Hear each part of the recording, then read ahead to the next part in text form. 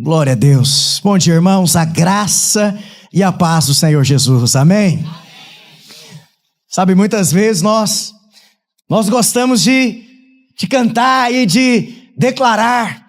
E ele virá num piscar de olhar. Quem estiver pronto com ele irá.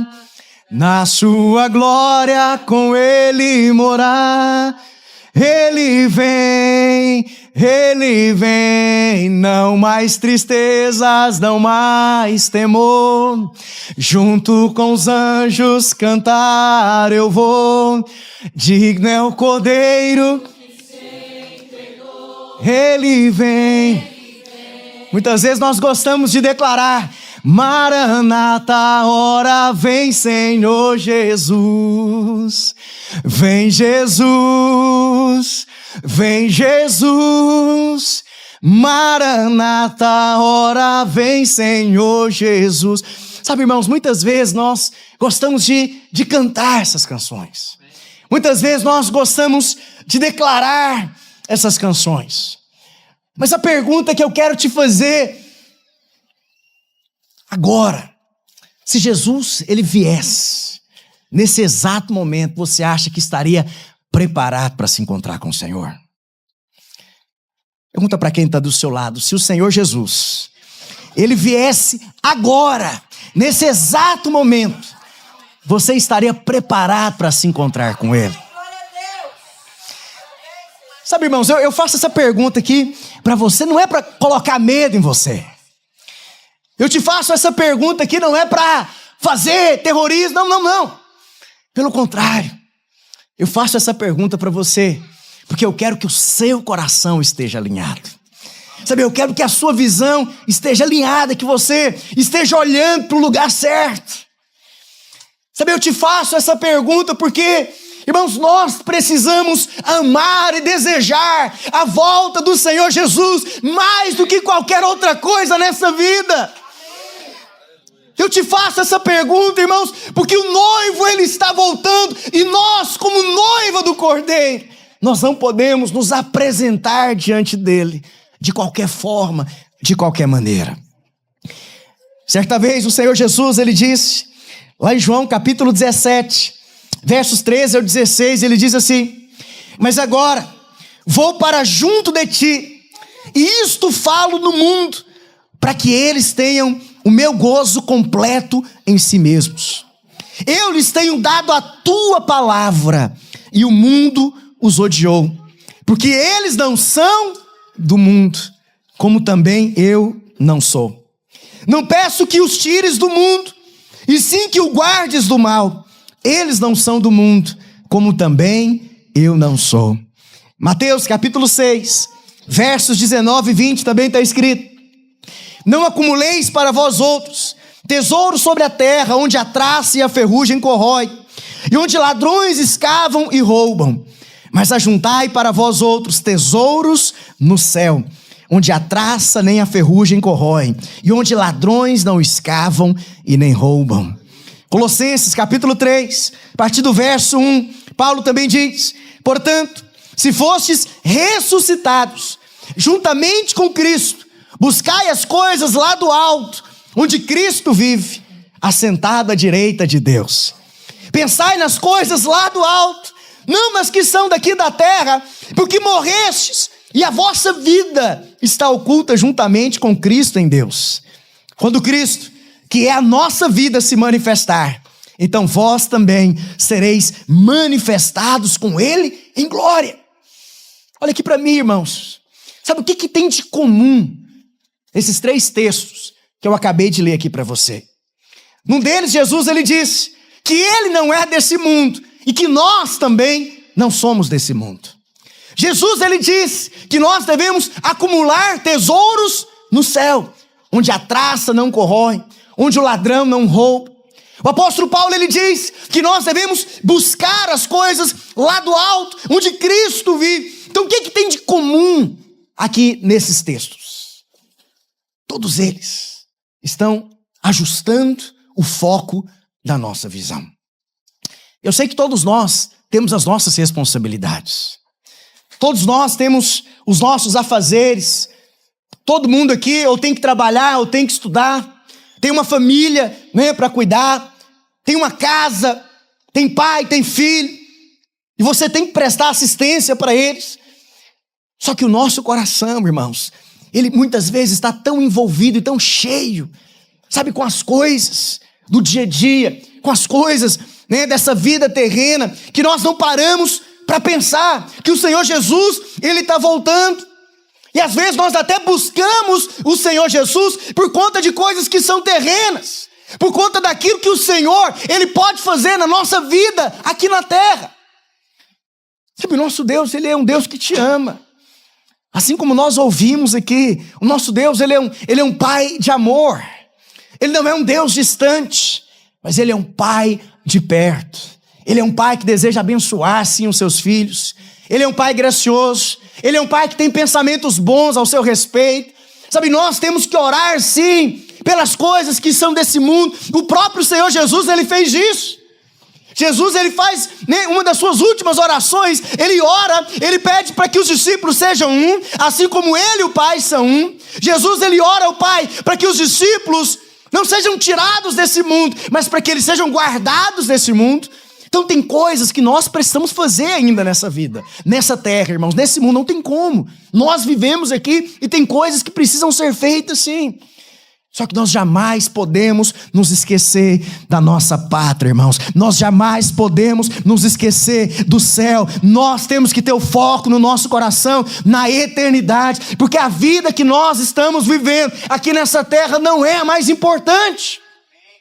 E eu vou te dizer, tudo aquilo que nós estamos vivendo aqui, talvez 70, 80, 90, 100 anos de vida que nós temos aqui, é apenas uma preparação para a vida que nós teremos pela eternidade ao lado do nosso Senhor. É por isso que Jesus, Ele disse para os discípulos: eu não sou desse mundo, mas vocês também não são desse mundo. Você nasceu no Brasil, você mora nos Estados Unidos, mas você é cidadão do céu, a sua pátria é o céu. Foi por isso que Jesus, Ele disse: não acumuleis tesouros na terra, mas acumulai tesouro no céu. Ajunta tesouro no céu. Foi por isso que Paulo, ele afirmou: buscai as coisas lá do alto, onde Cristo vive. Por quê? Porque ele queria alinhar o foco da nossa visão. Ele queria nos levar a enxergar a longo prazo, a enxergar a eternidade. Fala para quem está do seu lado: essa vida que você está vivendo aqui é apenas uma preparação da vida eterna que você vai ter ao lado do Senhor. Fala assim: essa vida não é a mais importante. Fala assim: desfrute, faça o que tem que ser feito. Fala assim: Deus tem coisas maravilhosas para você nessa vida, mas jamais perca o foco da eternidade, do céu, porque você é cidadão celestial. Aleluias. Lá em Mateus 24, versos 36 ao 39, fala assim: quanto ao dia e a hora ninguém sabe, nem os anjos do céu, nem o Filho, senão somente o Pai. Como foi nos dias de Noé, assim também será na vinda do Filho do Homem. Pois nos dias anteriores ao dilúvio, o povo vivia comendo e bebendo, casando-se e dando-se em casamento, até o dia que Noé entrou na arca, e eles nada perceberam. Até que veio o dilúvio e levou a todos. Assim acontecerá na vinda do Filho do Homem. Verso 42. Portanto, vigiem, porque vocês não sabem em que dia virá o seu Senhor. Mas entendam isso: se o dono da casa soubesse a que hora da noite o ladrão viria, ele ficaria de guarda e não deixaria que a sua casa fosse arrombada. Assim, vocês também precisam estar preparados, porque o Filho do Homem virá numa hora em que vocês menos esperam. Quando você lê esse capítulo 24 de Mateus, na verdade esse capítulo ele é conhecido, né, como o capítulo do reino, onde você tem várias parábolas e vários ensinamentos a respeito do reino de Deus, a respeito da volta de Cristo Jesus. E aqui nesse capítulo Jesus ele está respondendo algumas perguntas ali para os discípulos. E Jesus ele menciona, né, como é que ele vai voltar. Jesus, ele ensina para os discípulos quando é que ele vai voltar. Ele mostra alguns sinais da sua vinda. Ele fala, por exemplo, que ele vai voltar como se fosse nos dias de Noé, onde as pessoas elas vão estar ali vivendo cada uma a sua vida, casando-se, dando-se em casamento, onde a humanidade vai estar completamente corrompida, onde as pessoas elas não vão querer saber de Deus. Jesus, ele fala que ele vai voltar como se fosse um ladrão no meio da noite. Ele vai voltar sem dar aviso, ele vai voltar de surpresa. Só que tem algo interessante, irmãos, que é importante para nós, é que lá no verso 44, Jesus ele fala assim: por isso, ficai também vós apercebidos, porque a hora em que não cuidais, o Filho do Homem virá.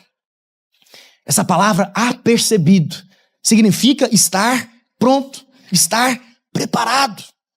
Então o que Jesus está querendo mostrar aqui para os discípulos, apesar de todos os sinais, ele está dizendo, olha, o dia e a hora ninguém sabe. E é por isso que vocês precisam estar preparados. Jesus, ele não quer que você tente adivinhar o dia que ele vai voltar, mas ele quer que você esteja preparado todos os dias. E a grande questão para nós hoje é: como é que nós podemos nos preparar para a volta do Senhor? Como é que nós nos preparamos para nos encontrar com o noivo? Só para vocês terem uma ideia, quando Jesus voltar, pelo menos 3 coisas vão acontecer. Então é importante você se lembrar, nós mencionamos isso daqui no domingo passado, amém? Quando estavam aqui domingo passado? Levanta a mão, deixa eu ver aqui. Então você se lembra. Não vou entrar em detalhes, não, pastor, eu não vi. Então você vai assistir a ministração de domingo passado para você entender. Hoje eu quero continuar, falando a respeito do mesmo assunto, a respeito da volta do Senhor. Então 3 coisas, irmãos, vão acontecer quando Jesus voltar. E nós vimos na semana passada. Primeiro, Jesus ele vai voltar para arrebatar os cristãos que são vencedores. Aqueles que estiverem preparados. Esse é o aspecto invisível da volta do Senhor Jesus. Ele vai voltar e ninguém vai perceber que ele voltou.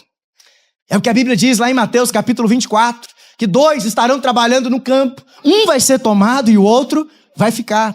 2 estarão no moinho trabalhando, uma vai ser tomada e a outra vai permanecer. Então esse é o aspecto invisível da volta do Senhor. É um arrebatamento daqueles que estiverem preparados para aquele grande dia.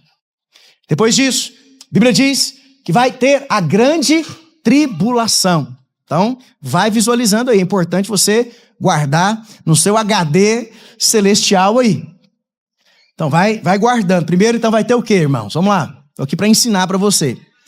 Vai ter o arrebatamento daqueles que estiverem prontos e preparados. Depois vai ter a grande tribulação. O que é essa grande tribulação, pastor? Vai ser um período em que o anticristo ele vai estabelecer o governo mundial sobre toda a terra. E serão 3 anos e meio de falsa paz e 3 anos e meio de muita perseguição. 3 anos e meio, onde aqueles que ficarem aqui na grande tribulação vão ser perseguidos por causa do cristianismo. Muitos serão perseguidos, e a Bíblia diz que naquela época vai ter uma marca, sem essa marca você não vai conseguir comprar, você não vai conseguir vender. O próprio Senhor Jesus, ele afirma que os dias serão tão difíceis, que se não forem abreviados, ninguém vai resistir, ninguém vai sobrar. Então essa é a grande tribulação, são 7 anos, 3 anos e meio de falsa paz, onde o anticristo vai estabelecer o governo mundial, e 3 anos e meio, onde ele vai se mostrar realmente quem ele é, e aí vai começar a perseguição. Essa é a segunda coisa que vai acontecer. Só que a terceira coisa que vai acontecer, depois da grande tribulação, a Bíblia diz que o Senhor Jesus, ele vai voltar, como um relâmpago que sai do Oriente até o Ocidente, cheio de poder e de glória, e todo olho verá o Senhor. E ele vai vir para estabelecer o seu governo de justiça e de paz sobre todas as nações da terra. Amém? Glória a Deus. Vocês estão comigo aqui, irmãos? Eu estou devagarzinho para você, é o que você precisa entender. Não é todo mundo que gosta de falar a respeito desse assunto, não, porque não dá ibope, né? Não dá like, não dá nada disso. Isso aqui é comida, né? Isso aqui é feijoada para você, não é leitinho não. Então presta bastante atenção. Você precisa ter revelação acerca disso. Amém? Então primeiro o que vai acontecer? O arrebatamento daqueles que estiverem preparados. Depois a grande tribulação. E depois vai acontecer a volta visível do Senhor, onde todo olho verá o Senhor. Até aqui nós aprendemos no domingo passado. Hoje eu quero colocar mais 10 centavos aí nessa cachola sua aí pra gente continuar. Posso continuar, irmãos? Vamos lá, mais 10 centavos? Sexta-feira passada, estava compartilhando com os irmãos na célula. E o compartilhamento que era para ser ali de 20 minutos, lá os irmãos, pastor, vai lá, continua. Eu olhar pro relógio, vai, que dia que vamos parar isso aqui, Jesus? É bênção, é um assunto que eu sou apaixonado. Mas vamos lá, irmãos. Depois que Jesus ele voltar, depois da grande tribulação, ele vai estabelecer o governo dele sobre a terra. Agora visualiza aqui comigo. 1 Tessalonicenses, capítulo 4, versos 16 e 17, fala assim. 1 Tessalonicenses, capítulo 4, versos 16 e 17 diz: porquanto o Senhor mesmo, dada a sua palavra de ordem, ouvida a voz do arcanjo e ressoada a trombeta de Deus, descerá dos céus, e os mortos em Cristo ressuscitarão primeiro.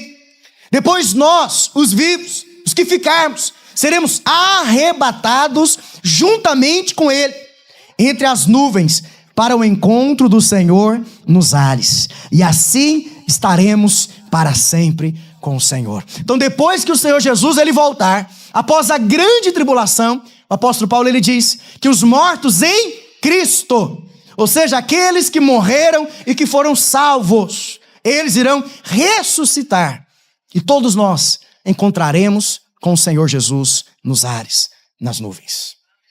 Amém? Só que depois disso, a Bíblia fala que vai começar um julgamento, que é o tribunal de Cristo. Esse é um julgamento que vai acontecer quando o Senhor Jesus voltar. E lá em 1 Coríntios, capítulo 3, verso 10, a gente tem a descrição desse julgamento, que fala assim, 1 Coríntios, capítulo 3, verso 10.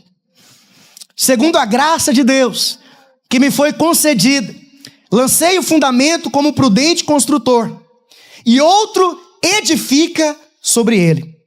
Porém, cada um veja como edifica. Fala assim comigo, cada um veja como edifica. Cada um veja como está vivendo. Porque ninguém pode lançar outro fundamento, além do que foi posto, qual é Jesus Cristo. Contudo, se o que alguém edifica sobre o fundamento é ouro, prata, pedras preciosas, madeira, feno, palha, manifesta se tornará a obra de cada um, pois o dia a demonstrará, porque está sendo revelada pelo fogo. E qual seja a obra de cada um, o próprio fogo o provará.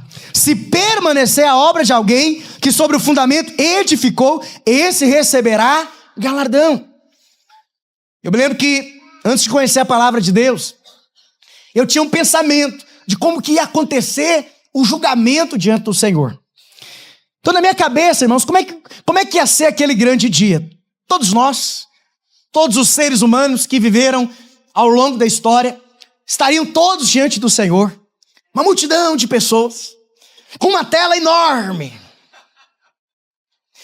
E aí o Senhor iria começar a mostrar todas as obras que nós fizemos durante a nossa vida. Aquilo que a gente fez de bom, aquilo que a gente fez de não tão bom assim. E aí o Senhor ele começaria o quê? A expor essas obras para todo mundo. E aí diante do Senhor uma grande balança, né? De um lado da balança o Senhor iria colocar todas as nossas boas obras, e do outro lado da balança o Senhor iria colocar todas as obras ruins, todos os nossos pecados. O que pesasse mais iria determinar o nosso destino eterno. Se as boas obras, se lá no telão, né? Imagina o painel de LED celestial. Se as boas obras, elas pesassem mais, então nós iríamos para o céu. Mas se os nossos pecados, as coisas ruins que nós fizemos durante toda a nossa vida pesassem mais, nós iríamos para o inferno. Então eu vou ser honesto com você, eu cresci com essa herança religiosa, mas eu quero te dizer que isso não está na palavra de Deus. Eu quero quebrar algo aqui com você. Muitas vezes a gente ouve e a gente replica aquilo que nós ouvimos e que nós aprendemos, mas que não tem base na palavra do Senhor. Então não é isso que vai acontecer. Por alguns motivos muito simples. O primeiro motivo é que na Bíblia você não tem um só julgamento, mas você tem pelo menos 3 julgamentos diferentes. Você tem o tribunal de Cristo, você tem o tribunal das nações, você tem o julgamento grande trono branco, e cada um tem o seu público e tem ali, né, o seu objetivo bem específico. Então o Senhor, ele não mistura plateias, irmãos. Ele não coloca todo mundo no mesmo balaio, no mesmo saco, e agora vamos determinar aqui, né, quem que vai para o céu e quem que vai para o inferno. Mas são 3 julgamentos diferentes. Não vou entrar hoje no Tribunal das Nações e nem no grande trono branco. Isso aí fica assunto para outro dia. Mas quando Jesus voltar, vai ter o Tribunal de Cristo.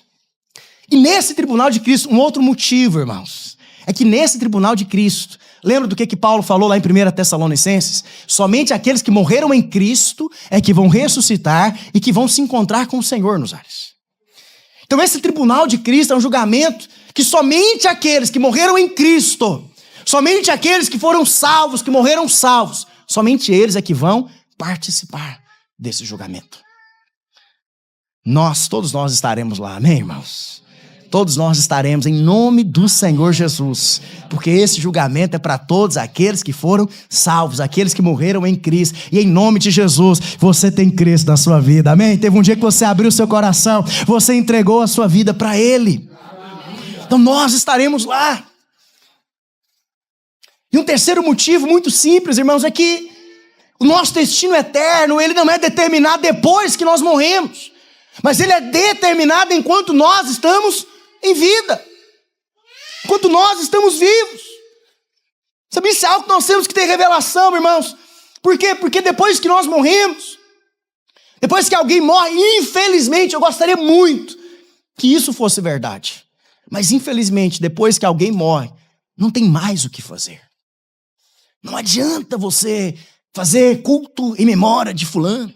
Não adianta você fazer missa de 7º dia. Não adianta você rezar e chorar em cima do túmulo de alguém. A oportunidade que nós temos de ser salvos é enquanto nós estamos vivos. Uma vez que nós morremos, irmãos, não tem como mudar mais esse destino eterno. E isso tem que gerar um senso de urgência no nosso coração. Isso tem que gerar um senso de urgência. Sabe, urgência para você que ainda não entregou sua vida a Cristo, você entregar, porque Ele é o caminho, a verdade e a vida. Ninguém vem ao Pai se não for através dEle. Não tem salvação fora de Cristo. Ele não é um dos caminhos, Ele é o único caminho. Então, se você ainda não entregou a sua vida a Ele, sabe, entregue agora mesmo. Palavra de Deus, só mencionar aqui porque não dá tempo, mas a Bíblia diz que Jesus estava contando uma história para os seus discípulos. Ele contou a história de Lázaro e de um homem rico. Os 2 morreram. Um foi para o céu, para o paraíso, para o seio de Abraão, como você queira chamar, e o outro foi para o inferno. E Jesus, ele menciona que aquele homem rico que morreu, ele foi para o inferno, enquanto Lázaro, ele foi para o céu. E havia um abismo enorme entre eles. Um conseguia enxergar o outro lado, do outro lado. Só que não tinha como passar de um lado para o outro. Lá no inferno, o homem rico, ele está desesperado, vivendo em tormentos. E ele chega a falar e a pedir, olha, eu estou com muita sede aqui, pede para que Lázaro, pelo menos ele molhe a ponta do dedo dele com água e me dê aqui. O que é dito para aquele homem? Não tem como. Porque quem está aí não pode passar para cá. E quem está aqui não pode ir para aí. Ou seja, uma vez que você está de um lado, você não pode passar para o outro. Não tem como. Então, uma oportunidade que nós temos de definirmos a nossa eternidade enquanto nós estivermos vivos. E é por isso que nós temos que ter esse senso de urgência para entregar a nossa vida a Cristo. Mas é por isso também que nós, como igreja, nós temos que ter um senso de urgência para pregar o Evangelho, para falar a respeito da graça e do amor de Deus para aqueles que ainda não conhecem o Senhor. Sabe, esse dia eu fiquei tão feliz, irmãos. Vou falar um negócio pra vocês. Tem tempo que alguém não me pede isso. Esses dias me pediu, pastor, o senhor não tem uns panfletinhos? Eu quero evangelizar, eu quero falar de Jesus. Eu falei, vamos dar pronta? Não tem não, mas eu mando imprimir.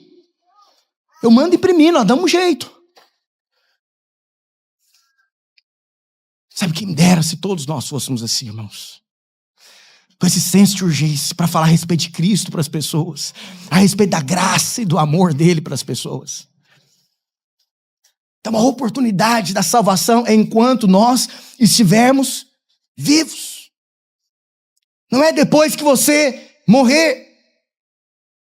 Lá em João capítulo 3, versos 16 ao 18, fala assim: porque Deus amou ao mundo de tal maneira que deu o seu Filho unigênito, para que todo aquele que nele crê não pereça, mas tenha vida eterna. Porquanto Deus enviou o seu Filho ao mundo, não para que julgasse o mundo, mas para que o mundo fosse salvo por ele.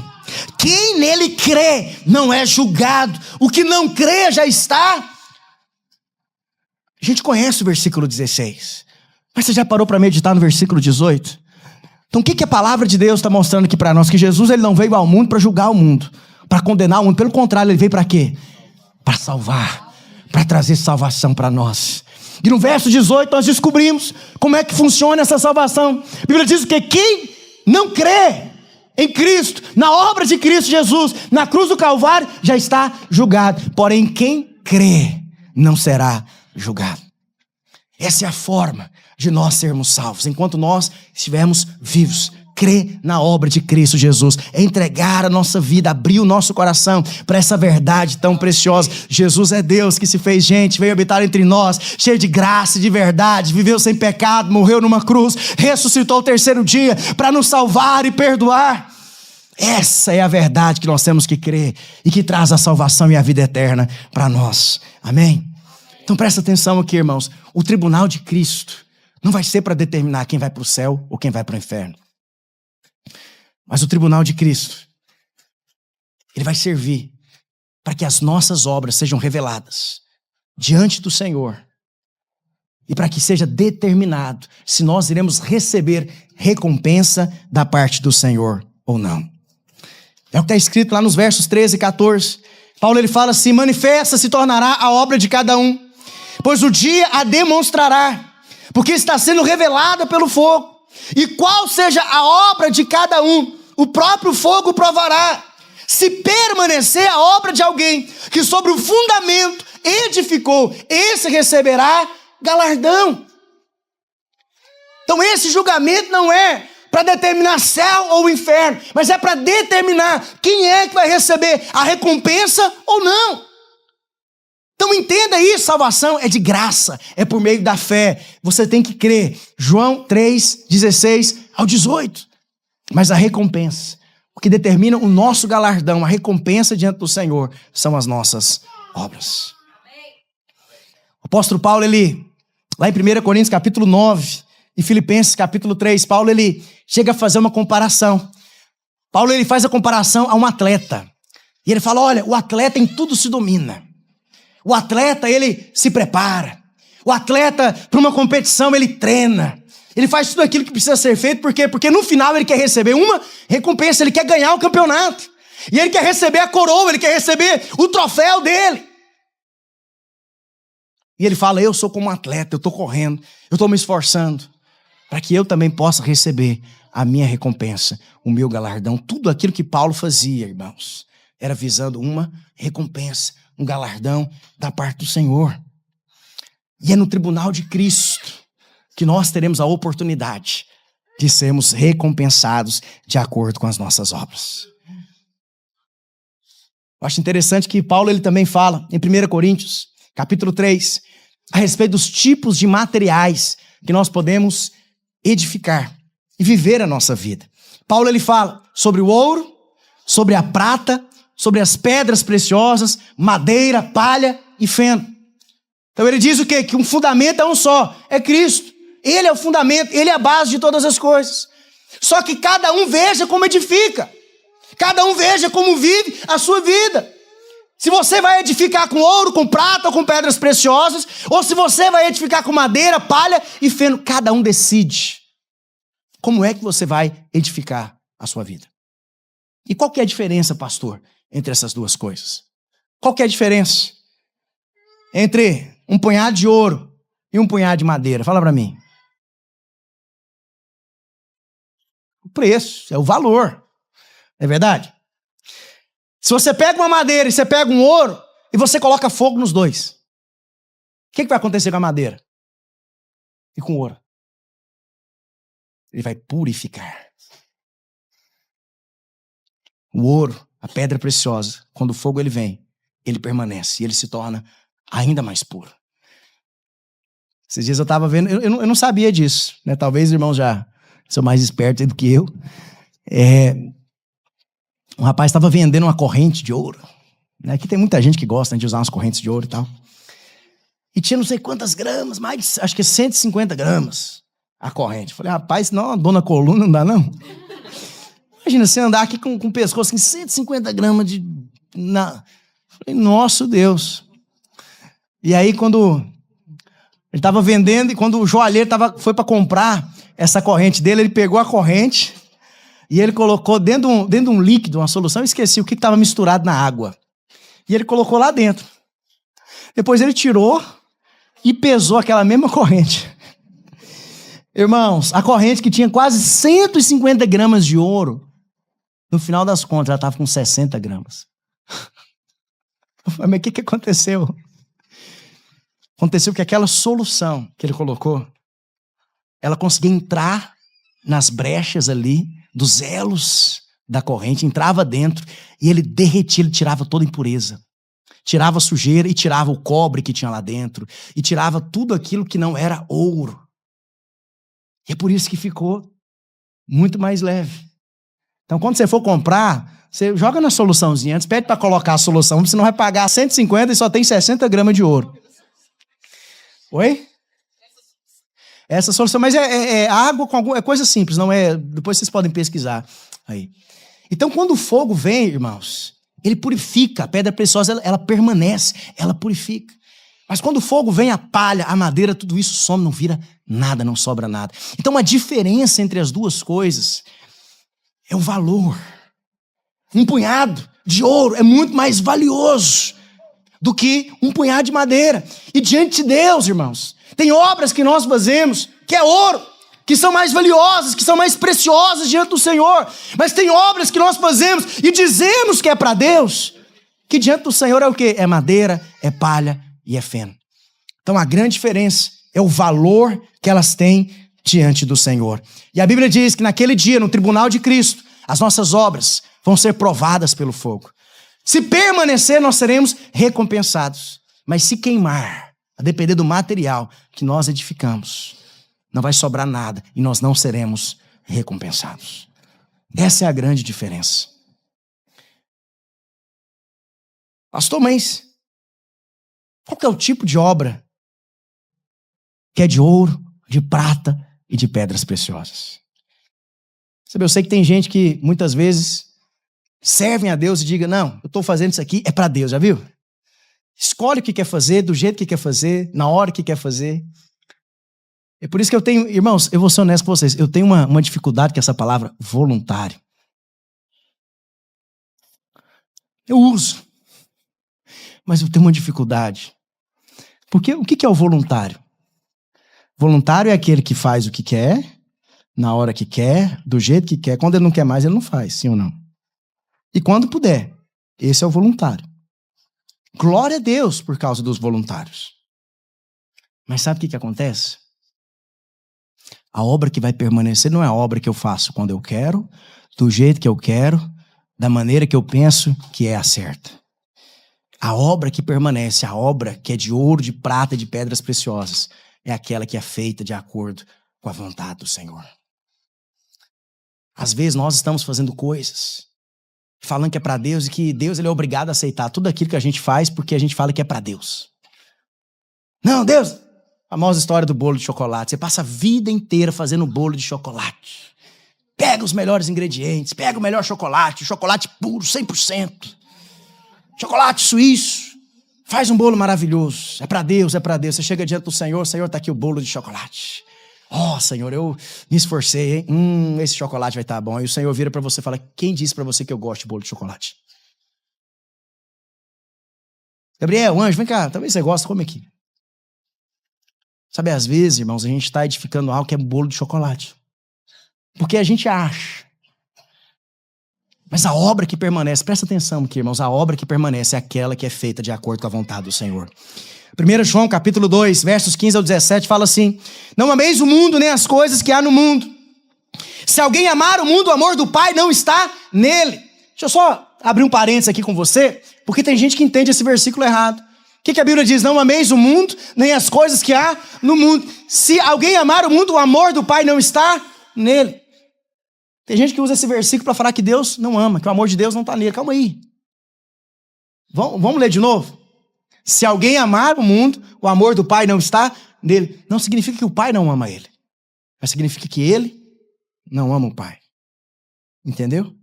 Não tem como você amar o mundo. Se você ama o mundo, você não ama a Deus. Se você ama verdadeiramente a Deus, você não vai amar as coisas do mundo. Uma coisa ou outra. Não tem como você amar os dois. Se você ama o mundo, o amor do Pai, o amor que você tem por Ele não está em você. Você não ama verdadeiramente o Senhor. Fecha parênteses, vamos lá. Se alguém amar o mundo, o amor do Pai não está nele. Porque tudo que há no mundo, a concupiscência da carne, a concupiscência dos olhos e a soberba da vida não procede do Pai, mas procede do mundo. Ora, o mundo passa. Fala assim comigo, o mundo passa.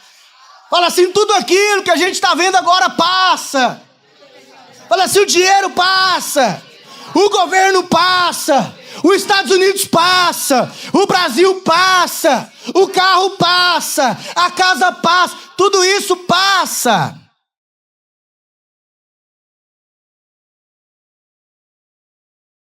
Bem como a sua concupiscência. Aquele, porém, que faz a vontade de Deus, permanece eternamente. Você quer edificar algo que vai permanecer eternamente e que tem valor diante do Senhor, e que vai ser provado pelo fogo, e que vai ser ouro, prata e pedras preciosas? Edifique de acordo com a vontade de Deus. Porque a vontade de Deus, ela vai permanecer eternamente.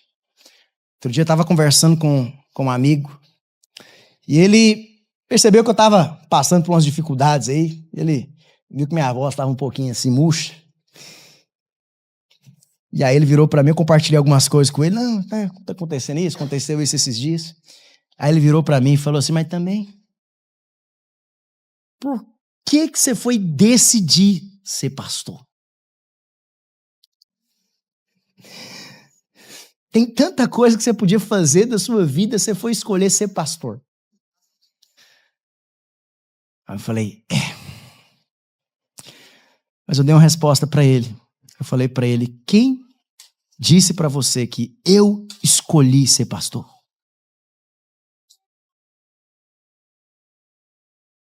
Irmãos, me entenda bem, eu amo ser pastor. Eu sou completamente apaixonado e me sinto realizado em ser pastor. Mas nunca na minha vida passou pela minha cabeça ser pastor. Nunca. Nunca, nunca, nunca. Quando eu conheci o Senhor, eu não tinha ninguém na minha família. Eu não vim de uma família cristã, eu não vim de uma família onde você tinha pastores e eu só herdei o ministério que alguém começou e não tinha como, essa era o trilho. Irmãos, eu fui o primeiro. Nem sei se hoje tem algum outro pastor na minha família aí, um parente distante. Não tinha cristão na minha família. Nunca pensei. Nunca fui de gostar de falar com gente, nunca fui de saber falar na frente dos outros. Meu negócio era conversar com o computador, não era com gente. Mas sabe de uma coisa? Antes de eu nascer, Deus já tinha me chamado, Deus já tinha me escolhido. Antes de eu nascer, o Senhor já havia determinado, eu estava com os meus planos. Estudar, faz faculdade, passa num concurso público para você ganhar dinheiro e ter estabilidade. Faz uma pós-graduação, faz um mestrado, Vai seguir sua vida. Eu tinha meu plano bonitinho. Como eu tinha, tudo. Mas Deus, ele tinha outra coisa. Então, eu não escolhi ser pastor, eu escolhi fazer a vontade de Deus. Sabe por quê? Porque a vontade de Deus é que permanece para sempre. Quando você faz a vontade de Deus, você está edificando com ouro, com pratas e com pedras preciosas. E lá naquele dia, no tribunal de Cristo, nós seremos recompensados. Sabe por que nós servimos a Deus? Sabe, tem gente que serve a Deus porque acha que no final das contas eu vou me esforçar e quem sabe lá na frente, então o Senhor vai ver meu esforço e vai me salvar. Não. Já mostrei para você, salvação é de graça por meio da fé. Pastor, então por que nós servimos a Deus? Primeiro porque nós amamos a Ele. Primeiro porque teve um dia, irmãos, em que o amor dele nos constrangeu. Esse amor tão maravilhoso, esse amor eterno, irmãos. Imensurável. Teve um dia que nós somos constrangidos por esse amor. E nós queremos retribuir a esse amor. Nós queremos agradar o nosso Pai. É por isso que nós servimos, mas também porque nós queremos receber a recompensa. Nós queremos receber a recompensa da parte do Senhor. Amém? Mas para receber a recompensa, para você estar preparado, você precisa fazer a vontade de Deus. Você acha que pregar o evangelho aos perdidos é a vontade de Deus, sim ou não? Vamos lá, já estou encerrando. Você acha que pregar o evangelho aos perdidos é a vontade de Deus, sim ou não, irmãos? Então, quando você prega o evangelho aos perdidos, você está edificando com ouro, com prata e com pedras preciosas. Você acha que amar ao próximo é fazer a vontade de Deus, sim ou não? A Bíblia é clara em relação a isso. Então, quando você está amando o seu próximo, você está edificando com ouro, com prata e com pedras preciosas. Você acha que ser cheio do Espírito Santo é a vontade de Deus para a sua vida, sim ou não? Então, quando você busca ser cheio do Espírito Santo todos os dias, você está edificando com ouro, com prata e com pedras preciosas. Você acha que servir a sua igreja local, para que as reuniões aconteçam aqui, você acha que é essa a vontade de Deus, sim ou não? Sim. Então, quando você decide servir a sua igreja local, para que as coisas aconteçam, para que nós tenhamos um ambiente bom aqui, para que a glória de Deus se manifeste, você está edificando com ouro, com prata, com pedras preciosas. Você acha que é a vontade de Deus que você leve a arca do Senhor e abra a sua casa para receber uma célula? Você acha que essa é a vontade de Deus? Você acha que Deus ele se agrada com isso? Sim. Então você está edificando com ouro, com prata e com pedras preciosas. Sabe, nós estamos aqui para isso. E a pergunta que eu quero fazer para você: com qual tipo de material que você tem edificado nesses dias? Qual tipo de material você tem edificado? Você é alguém que tem vivido de qualquer jeito? Ou você é alguém que tem procurado fazer a vontade de Deus? Gostaria de convidar vocês a colocar de pé agora. Quero encerrar lendo 2 Coríntios capítulo 11, verso 2 com você. 2 Coríntios capítulo 11, versículo 2. Vamos ler juntos, irmãos? Vamos lá. 1, 2, 3. Porque zelo por vós com zelo de Deus, visto que tenho preparado para vos apresentar como virgem pura a um só esposo, que é Cristo. Mais uma vez, porque zelo por vós com zelo de Deus, visto que vos tenho preparado para vos apresentar como virgem pura a um só esposo, que é Cristo. Lara, você pode vir aqui, os irmãos da equipe de louvor, por gentileza. Não conversa. Sabe, sempre que eu penso na volta de Jesus, eu me lembro do meu casamento. Eu comecei a compartilhar algumas coisas com vocês no domingo passado. Mas, irmãos, o meu casamento foi uma aventura. O dia do meu casamento foi... Pensa numa aventura, multiplica por 10. Você imagina, 3 horas antes da cerimônia de casamento, eu ainda nem tinha lugar para passar a noite de núpcias. Não tinha. Não sabia nem para onde que eu ia, depois que terminasse a festa de casamento. Aí eu corri atrás. E eu me lembro que eu fui num hotel lá no centro da cidade, lá no centro de Goiânia. Né? Os goianos vão saber, lá na Avenida Goiás, lá embaixo. Goiás não, na Araguaia, lá embaixo. Tem um hotel, acho que é Augusto. Eu sei que é um hotel, quando a seleção brasileira ia pra lá, eles ficavam lá, depois que eles passaram a ir pro Castros, lá em Goiânia. Não sei nem se existe mais o Castros Hotel. É antigo, é dessa época aí. É um hotel, assim, irmãos, muito bom. E eu me lembro que 3 horas antes do casamento, da cerimônia, eu fui lá, na motinha. Cheguei, isso já era o quê? Quase 6 horas da tarde. E eu conversando na recepção, eu falei, eu preciso de um quarto aí. Eu tô casando hoje, daqui a pouco, eu preciso de um quarto. O pessoal, mas peraí, mas como assim um quarto? A gente tá muito em cima da hora. Falei, não, cadê seu gerente? Chama o gerente aí. E aí veio o gerente falando, eu preciso de um quarto. Tá, mas não tem quarto por aí, eu preciso de um quarto. Ele falou, mexeu. E eu falei, não quero qualquer quarto, não, quero o melhor quarto que você tem aí. Aí, mas não... Irmãos, eu sei que era um quarto assim, tinha sala, era um negócio absurdo. Eu falei, eu quero o melhor quarto, mas não, se vira aí. Eu falei, tá bom, vou arrumar o quarto pra você. Aí eu falei, tem mais, eu quero o quarto decorado. Decorado, eu quero rosas vermelhas lá, eu quero pétalas de rosas espalhadas por tudo quanto é lugar. Aí eu me lembro que a mulher virou pra mim assim e falou, mas você tá doido?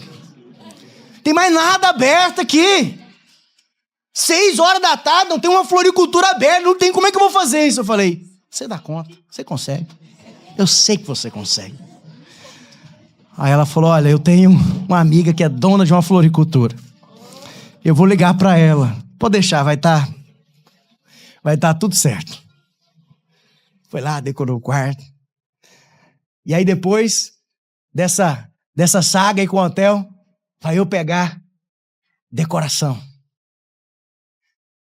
Não sei se é moda isso hoje, mas na época tinha uma moda que você, na cerimônia, você tinha umas molduras que você mandava fazer com as fotos do casal, uma moldura grande, de madeira, aqueles negócios, você botava na recepção, assim, na entrada. E tava faltando pegar aquelas molduras, e eu na motinha. Era moldura, gente, aquele trem é pesado. Aí eu saio lá do centro de Goiânia, irmãos, eu vou lá do outro lado, lá no Garavelo, em cima de uma moto.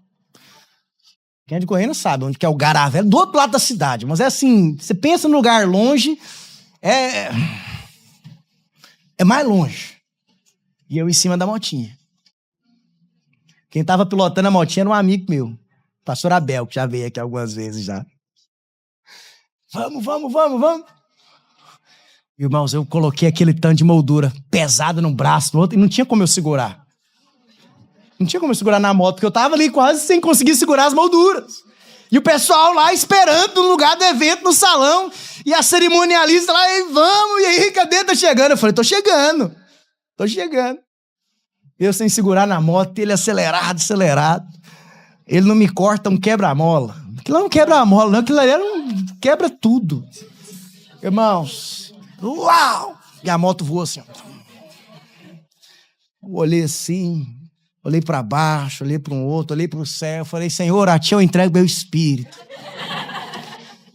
Irmãos do céu. Falei, pronto, caiu, acabou, machucou todo mundo. Irmãos, por um milagre de Deus, acho que o anjo pegou assim e falou, não, hoje não. Ele botou a gente em cima da moto, a gente caiu todo mundo em cima. Imagina, eu, 100 e poucos quilos. Ele, 100 e poucos... Não, na época eu tava magrinho, eu tava com 83 quilos. Mas ele tava 100 e tantos quilos. Eu com 83... Uma titanzinha vermelha.